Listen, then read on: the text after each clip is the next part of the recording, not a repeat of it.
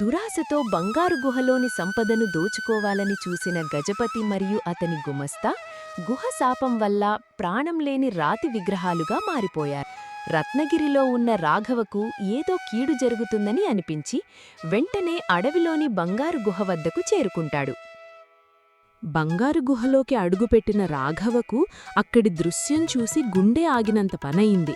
ఆశకుపోయి గజపతి, అతని గుమస్తా ఇద్దరూ ప్రాణంలేని రాతి విగ్రహాలుగా మారిపోవడం చూసి కన్నీళ్లు పెట్టుకున్నాడు. భగవంతుడా, దురాశ వల్ల వీరు ప్రాణం లేని రాళ్లుగా మారిపోవడం నేను చూడలేకపోతున్నాను. దయచేసి వీరిని కాపాడే మార్గాన్ని నాకు చూపించు. గజపతిగారు నా పొలం లాక్కోవాలని నన్ను ఎన్నో ఇబ్బందులు పెట్టారు నిజమే, కాని ఆయనకు చావు రాకూడదు స్వామీ. ఒక తోటి మనిషిగా వారిని రక్షించుకోవలసిన బాధ్యత నా మీద ఉంది.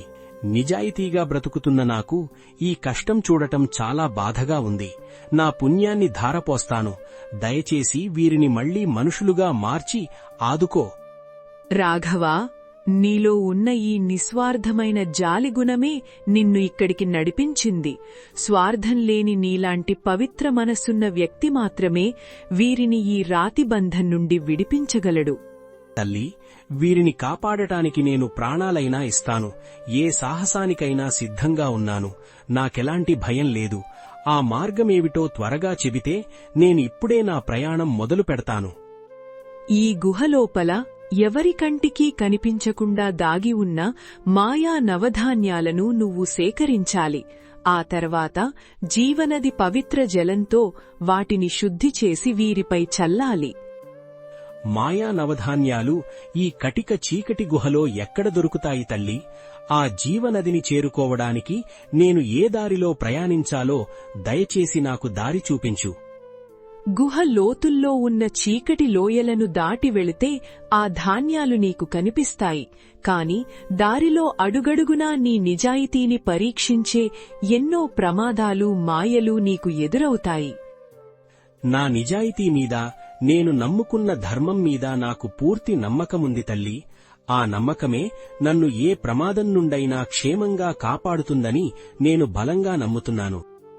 దారిలో ఏ వింత వస్తువు కనిపించినా, ఎంతటి సంపద కనిపించినా ఆశపడకు. ఏమాత్రం ఆశపడినా నువ్వు కూడా వెంటనే శిలగా మారిపోతావు. అడుగడుగునా చాలా జాగ్రత్తగా ఉండు. నాకు ఈ ప్రపంచంలో ఏ సంపద మీద ఆశ లేదు తల్లి. కేవలం ఈ ఇద్దరి ప్రాణాలు కాపాడటమే నా ముందున్న ఏకైక లక్ష్యం. నా సంకల్పం చాలా బలమైనది. అయితే ఆ మొదటి ద్వారాన్ని దాటి లోపలికి వెళ్ళు రాఘవా. అక్కడ నవధాన్యాల కాంతి నిన్ను ఆహ్వానిస్తుంది. ఎట్టి పరిస్థితుల్లోనూ నీ ధైర్యాన్ని మాత్రం వదిలిపెట్టకు. మీ ఆజ్ఞ ప్రకారం నేను ఇప్పుడే బయలుదేరుతున్నాను తల్లి.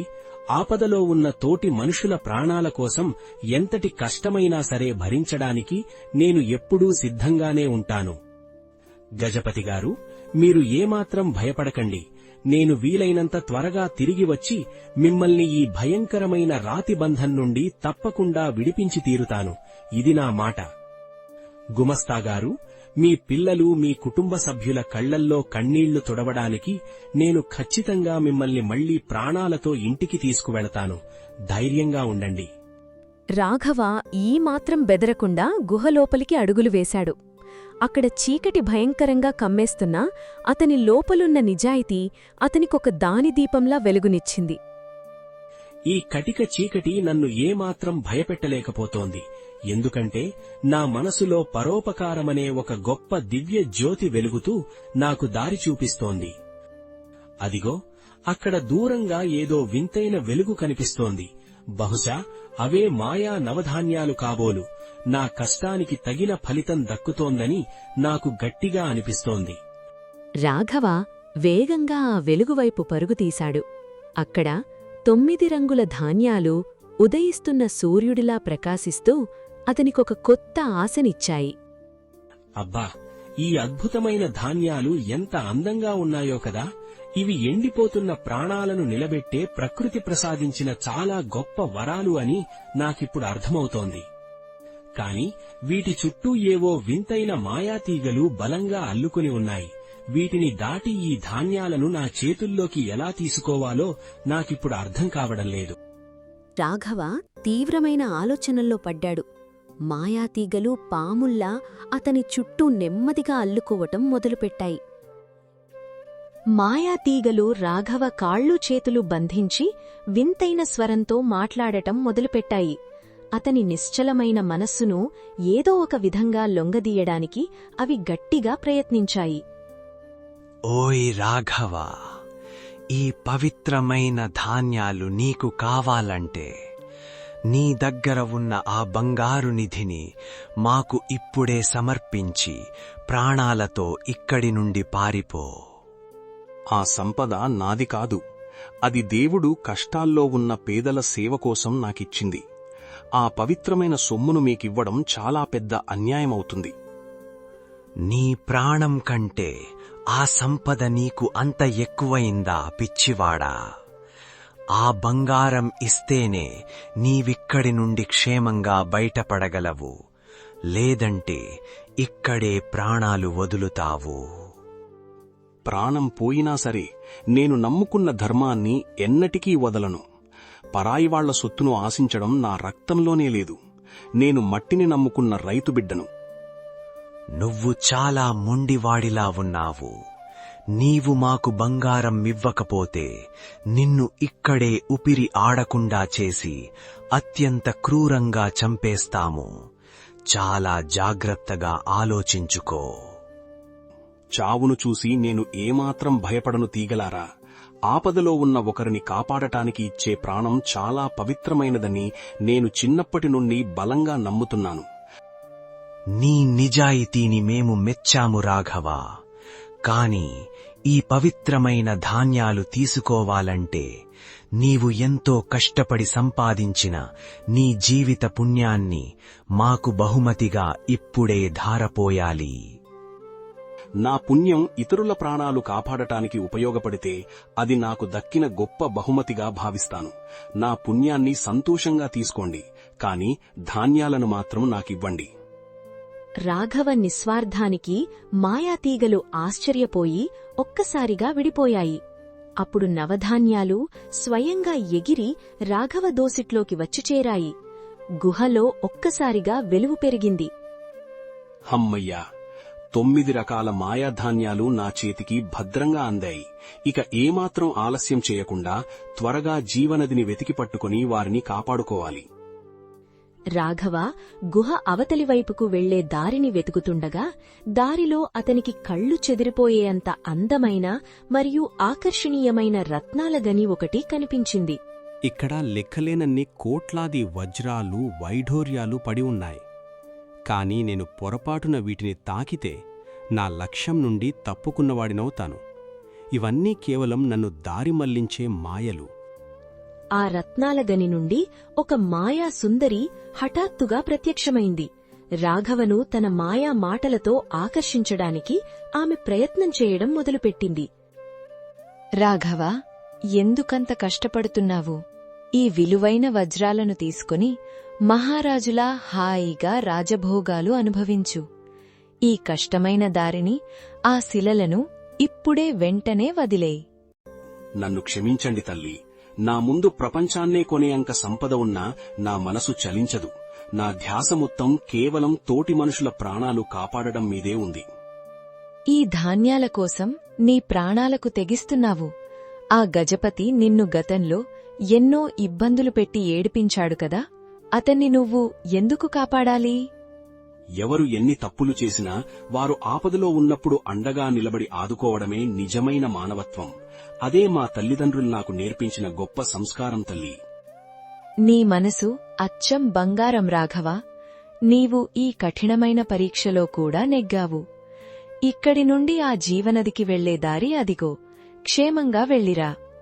మీకు చాలా ధన్యవాదాలు తల్లి. మీ దీవెనలు నాకు ఎప్పుడూ తోడుంటే నేను ఖచ్చితంగా నా పని పూర్తి చేసి వాళ్ళిద్దరినీ ప్రాణాలతో కాపాడతాను. రాఘవ ఆ మాయా లోకాన్ని దాటి ధైర్యంగా ముందుకు వెళ్లగా అకస్మాత్తుగా భయంకరమైన గాలివాన మొదలైంది. అతని ప్రయాణం మరింత కష్టంగా, ప్రమాదకరంగా మారింది. ఎంతటి భయంకరమైన గాలివాన వచ్చినా, పిడుగులు పడినా నా అడుగులు కస్సలు ఆగవు. ఈ నవధాన్యాలు నా చేతిలో ఎప్పుడూ క్షేమంగానే ఉండాలి. చీకటిలో నాకు దారి ఏమాత్రం సరిగ్గా కనిపించడం లేదు. కాని నా చేతిలో ఉన్న ఆ ధాన్యాల కాంతి నాకు సరైన దిశను చూపిస్తూ నన్ను ముందుకు నడిపిస్తోందని నాకు నమ్మకముంది. రాఘవ రాళ్లను రప్పలను ప్రమాదకరమైన లోయలను దాటుతూ ఎన్నో కష్టాలు పడి చివరకు అడవి చివరన ఉన్న జీవనది వద్దకు ఎంతో శ్రమతో చేరుకున్నాడు. జీవనది వెండిలా మెరుస్తూ అద్భుతమైన కాంతితో ప్రవహిస్తోంది. కాని ఆ నదికి కాపలాగా 5 తలల మాయాసర్పం తన భయంకరమైన కళ్లతో రాఘవను చూస్తూ బుసలు కొడుతోంది. అబ్బా, ఈ నది నీరు చూస్తుంటే సాక్షాత్తు ఆకాశం నుండి దిగివచ్చిన గంగలా ఉంది. కాని ఆ సర్పం నన్ను చూస్తున్న తీరు చూస్తుంటే నా మనసులో ఏదో తెలియని వణుకు పుడుతోంది. మానవుడా, ఈ పవిత్రమైన జీవన జలాన్ని తాకడం ఎవరికీ సాధ్యం కాదు. నీవు ఎవరికోసం ఈ నీటిని తీసుకువెళ్లాలని చూస్తున్నావో ఆ వ్యక్తి నీకు చేసిన అన్యాయం నీకు గుర్తే ఉందా? నమస్కారం స్వామి. గజపతిగారు నాకు అన్యాయం చేసిన మాట నిజమే. కాని ఇప్పుడు ఆయన ప్రాణాపాయంలో ఉన్నారు. ఒక తోటి మనిషి ప్రాణాలను కాపాడటమే నా ధర్మమని నేను భావిస్తున్నాను. మాటలు చెప్పడం సులభం రాఘవ. ఈ నదిలోని నీటిని తాకి అందులో కనిపించే నీ గతాన్ని చూడు. ఆ దృశ్యాలు చూసిన తరువాత కూడా నీ మనసు మారకపోతేనే నీకు ఈ జలం లభిస్తుంది. రాఘవ నది దగ్గరకు వెళ్లి నీటిలోకి చూడగానే అందులో గజపతి రాఘవ ఇంటిని కూల్చడం, అతని పొలాన్ని లాక్కోవడం వంటి పాత దృశ్యాలు మాయాజాలంలా కనిపించాయి. చూశావా రాఘవ, ఆ గజపతి నీ కుటుంబాన్ని వీధిన పడేశాడు. ఇప్పుడు నీకొక అవకాశం ఇస్తున్నాను. ఈ నీటిని వదిలేసి ఆ గుహలోని బంగారంతో నీవు మళ్లీ ధనవంతుడివి కావచ్చు. స్వామి, ఆ దృశ్యాలు చూస్తుంటే నా మనసు బాధపడుతోంది నిజమే. కాని పగ తీర్చుకోవడానికి ఇది సమయం కాదు. ఒక మనిషి రాయిలా పడి ఉన్నప్పుడు పాత పగలు గుర్తు తెచ్చుకోవడం రాక్షసత్వం అవుతుంది. నువ్వు చాలా మొండివాడివి. నిన్ను ఇంత హింసించిన మనిషిని నీవు మనస్ఫూర్తిగా క్షమిస్తున్నానని ఈ నది సాక్ష్యంగా చెప్పగలవా? నీ మనసులో రవ్వంత కోపం ఉన్నా ఈ నీరు విషంగా మారుతుంది. క్షమించడమనేది దైవగుణం స్వామి. నేను ఆ గజపతిగారిని మనస్ఫూర్తిగా క్షమిస్తున్నాను. ఆయన చేసిన తప్పున కంటే ఆయన ప్రాణమే నాకు ముఖ్యం. ఇది నా ఆత్మసాక్షిగా చెబుతున్న మాట. రాఘవ ఆ మాట అనగానే నదిలోని నీరు ఒక్కసారిగా బంగారు రంగులోకి మారిపోయింది. అతనిలోని క్షమాగుణానికి ఆ ప్రకృతిమాత పరవశించి తన ఆశీస్సులను అందించింది. రాఘవ, నీవు నిజమైన మనిషివి. కోపాన్ని జయించి క్షమాగుణాన్ని ఆయుధంగా మార్చుకున్న నీలాంటి మహాత్ముడికి ఈ జీవన జలాన్ని ఇవ్వడానికి నేను ఎంతో గర్వపడుతున్నాను నాయనా. చాలా కృతజ్ఞతలు స్వామి. పగ కంటే ప్రేమ గొప్పదని ఈరోజు నాకు మళ్లీ అర్థమైంది. ఇప్పుడు నేను ఈ పవిత్ర జలాన్ని తీసుకువెళ్లి వారిని బతికించవచ్చా స్వామి? తప్పకుండా. కాని నీ దగ్గర ఉన్న మాయ నవధాన్యాలని ఈ జీవనదిలో కలిపి తద్వారా వచ్చిన నీటిని తీసుకువెళ్లి వారిపై చల్లు. కాని గుర్తుంచుకో, ఒక్క చుక్క నీరు కూడా కింద పడకూడదు. అంత దూరం తీసుకువెళ్లడం కష్టమే అయినా నా సంకల్పం ముందు అది చిన్న విషయమే స్వామి. తోటి మనుషుల ప్రాణరక్షణ కోసం నేను ఏదైనా చేస్తాను. రాఘవ ఆ మాయా నవధాన్యాలను జీవనదిలో కలిపి తర్వాత ఒక పాత్రలోకి ఆ పవిత్ర జలాన్ని తీసుకున్నాడు. ఆ నీరు ఒక వెలుగుతున్న మణిలా అతని చేతుల్లో నిలిచిపోయింది. చాలా జాగ్రత్తగా వెళ్ళు రాఘవా. నీ దృష్టిని కేవలం ఆ గుహదారి వైపు మాత్రమే ఉంచు. ఎక్కడా ఆగకుండా వెళ్ళు. మీ మాటలు నా మనసులో బలంగా ముద్రించుకున్నాను స్వామి. ఏ శక్తి నన్ను ఆపలేదు. ఆ గజపతి గారిని, గుమస్తా గారిని నేను ఖచ్చితంగా ప్రాణాలతో కాపాడుకుంటాను స్వామి. రాఘవ వెనక్కి తిరిగి చూడకుండా గుహవైపు పరుగుతీశాడు. అతని కాలికి రాళ్లు తగిలినా, ముళ్ళు గుచ్చుకున్నా ఆ నొప్పిని ఏమాత్రం లెక్క చేయకుండా గాలివేగంతో ముందుకు సాగాడు. సూర్యుడు అస్తమిస్తున్నాడు. చీకటి పడేలోపు నేను ఆ గుహను చేరుకోవాలి. నా దోసిలిలోని ఈ జీవనజలం ఆ ఇద్దరి జీవితాల్లో కొత్త వెలుగును నింపాలి అని కోరుకుంటున్నాను. అదిగో, గుహ ముఖద్వారం కనిపిస్తోంది. ఇంకొద్ది నిమిషాల్లో నా లక్ష్యం నెరవేరుతుంది. భగవంతుడా, నాకు తోడుగా ఉండి ఈ పనిని విజయవంతంగా పూర్తి చేసేలా దీవించు తండ్రి.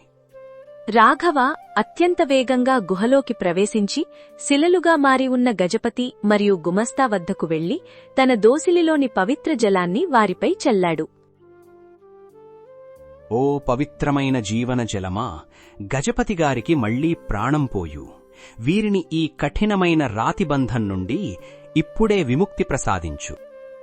ఆ జీవనజలం ప్రభావం వలన గజపతి మరియు గుమస్తా తిరిగి మనుషులుగా మారారు. నేనెక్కడున్నాను? నా శరీరమంతా రాయిలా గడ్డకట్టుకుపోయింది.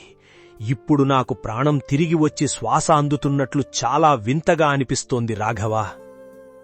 అయ్యా, మనం నిజంగానే బతికే ఉన్నామా?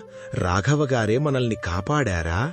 ఇది నాకొక అద్భుతమైన కలలా అనిపిస్తోంది. నమ్మలేకపోతున్నానయ్యా. అవును గజపతిగారు, ఆ భగవంతుడు మిమ్మల్ని కరుణించాడు. మీరు మళ్లీ మనుషులుగా పుట్టారు.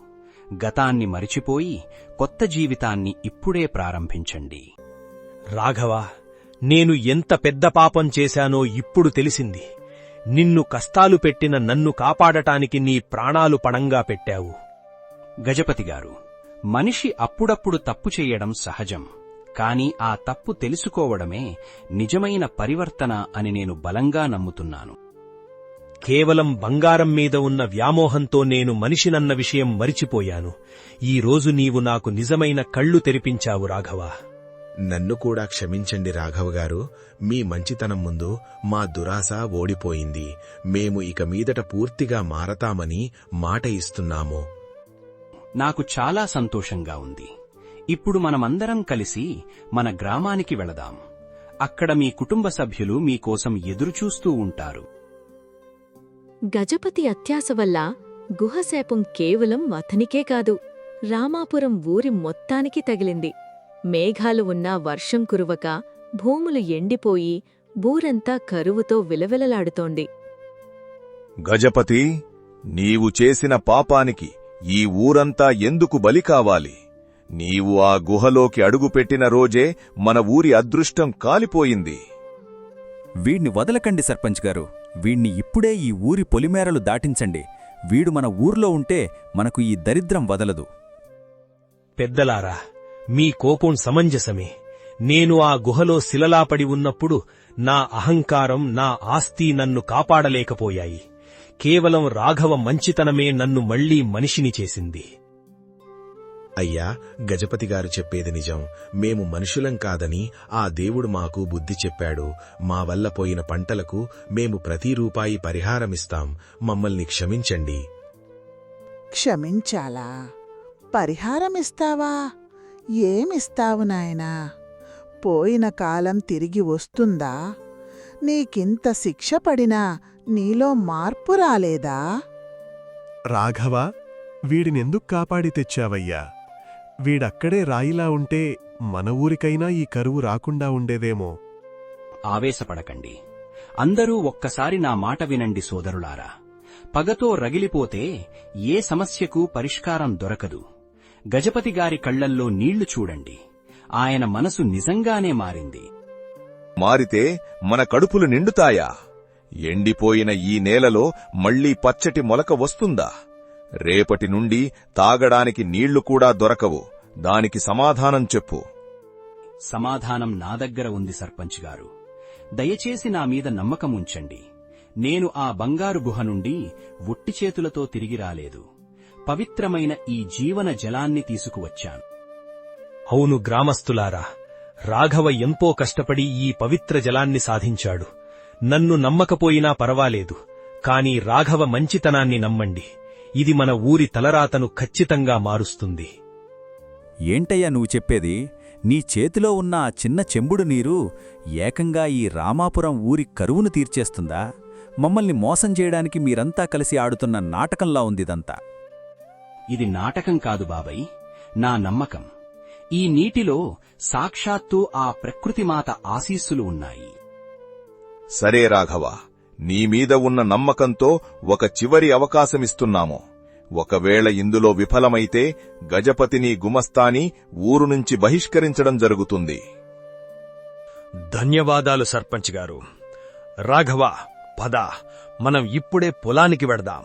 ఈ శాపాన్ని నువ్వే తుడిచివెయ్యాలి. అందరూ రండి, మనమందరం కలిసి ఆ భూమాతను వేడుకుందాం. మన ఐక్యతే ఆ దేవుడికిచ్చే పెద్ద కానుక. ఊరి మధ్యలో ఉన్న ఎండిపోయిన పొలాలు.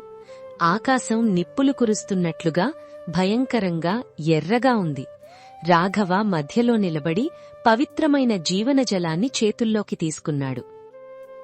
అమ్మా భూదేవి, నీ బిడ్డలు ఆకలితో అల్లాడుతున్నారు తల్లి. దయచేసి మమ్మల్ని కరుణించు. ఈ పవిత్రమైన జలాన్ని నీక్సాక్షిగా నీకే అర్పిస్తున్నాను. వేడెక్కిన ఈ గాలిని చల్లబరచు. నిప్పులు చెరుగుతున్న ఆ మేఘాలను కరిగించు.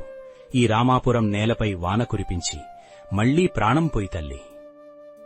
రాఘవ ఆ నీటిని గాలిలోకి చల్లగానే ఒక అద్భుతం జరిగింది. క్షణాల్లో ఆ భయంకరమైన ఎర్రటి ఆకాశం చల్లటి నీలిరంగులోకి మారిపోయి పెద్ద ఉరుములతో కూడిన వర్షం మొదలైంది. నాన్నా, వర్షం పడుతోంది నాన్నా. కాని వర్షం చుక్కలు చూడండి, నీలం రంగులో ఎంత అందంగా మెరుస్తున్నాయో. ఇది నిజంగానే దేవుడు పంపిన మ్యాజిక్ వాన కదా నాన్నా. రాఘవ, ఈ వర్షపు నీళ్లు నామీద పడుతుంటే నా మనసులో ఇన్నాళ్లుగా ఉన్న పాపమంతా కరిగిపోయినట్లు అనిపిస్తోంది. నేనీరోజు మళ్లీ కొత్తగా పుట్టాను రాఘవ. రాఘవ, నీ నిస్వార్థమైన త్యాగమే ఈ ఊరిపై ఉన్న శాపాన్ని తుడిచివేసింది. కష్టాల్లో కూడా మంచితనాన్ని వదులుకోకూడదని నిరూపించావు. నీ నిజాయితీ వల్లే ఈ గ్రామం బ్రతికింది. ఇకపై మీ గ్రామంలో కరువు అనే మాటే వినపడదు. ఈ నేల ఎప్పుడూ పచ్చగా సిరిసంపదలతో కళకళలాడుతుంది. సుఖీభవ. ధన్యవాదాలు తల్లి. రాఘవ, నువ్వు ఈ ఊరికి చేసిన మేలును వచ్చే 7 తరాల వరకు మర్చిపోలేరు. గజపతి, నీకు ప్రాణం పోసిన ఈ రాఘవ దారిలోనే నడువు. అప్పుడే నీ బతుకుకి ఒక అర్థం ఉంటుంది. ఖచ్చితంగా సర్పంచ్ గారు, నేను ఇకపై అహంకారి అయిన గజపతిని కాదు, రాఘవకు ఒక మంచి స్నేహితుణ్ణి. రేపటి నుండి ఈ నేలను నా చేతులతో దున్ని ప్రతి పేదవాడికి నా వంతు సాయం చేస్తాను. నేను కూడా మీతోనే గజపతి గారు. ఈ వర్షం నా మనసులోని దురాశను కూడా కడిగేసింది. మన రామపురం ఊరు ఇప్పుడు చూస్తుంటే నిజంగా స్వర్గంలా ఉంది. కష్టపడే గుణం, ఎదుటివారికి సాయం చేసే మనసు ఉంటే ఆ దేవుడు ఎప్పుడూ మన వెంటే ఉంటాడు. ఈ బంగారు పంట మనందరి ఐక్యతకు సాక్ష్యం. అలా రామాపురం గ్రామం తన పాత వైభవాన్ని తిరిగి చూసింది. ఆ గుహ ఇచ్చిన శాపం తొలగిపోయి ఊరి జనం మధ్య తిరిగి స్నేహం చిగురించింది. నిజాయితీ ఉన్న చోట భయం ఉండదు. ఎదుటివారిని ప్రేమించే గుణం ఉన్న చోట కరువు దరిచేరదు. ఇదే మన రాఘవ కథ లోకానికి అందించే గొప్ప నీతి. ఈ వీడియో మీకు నచ్చినట్లయితే లైక్ చేయండి, షేర్ చేయండి, కమెంట్ చేయండి. దయచేసి మా ఛానల్ని సబ్స్క్రైబ్ చేయండి.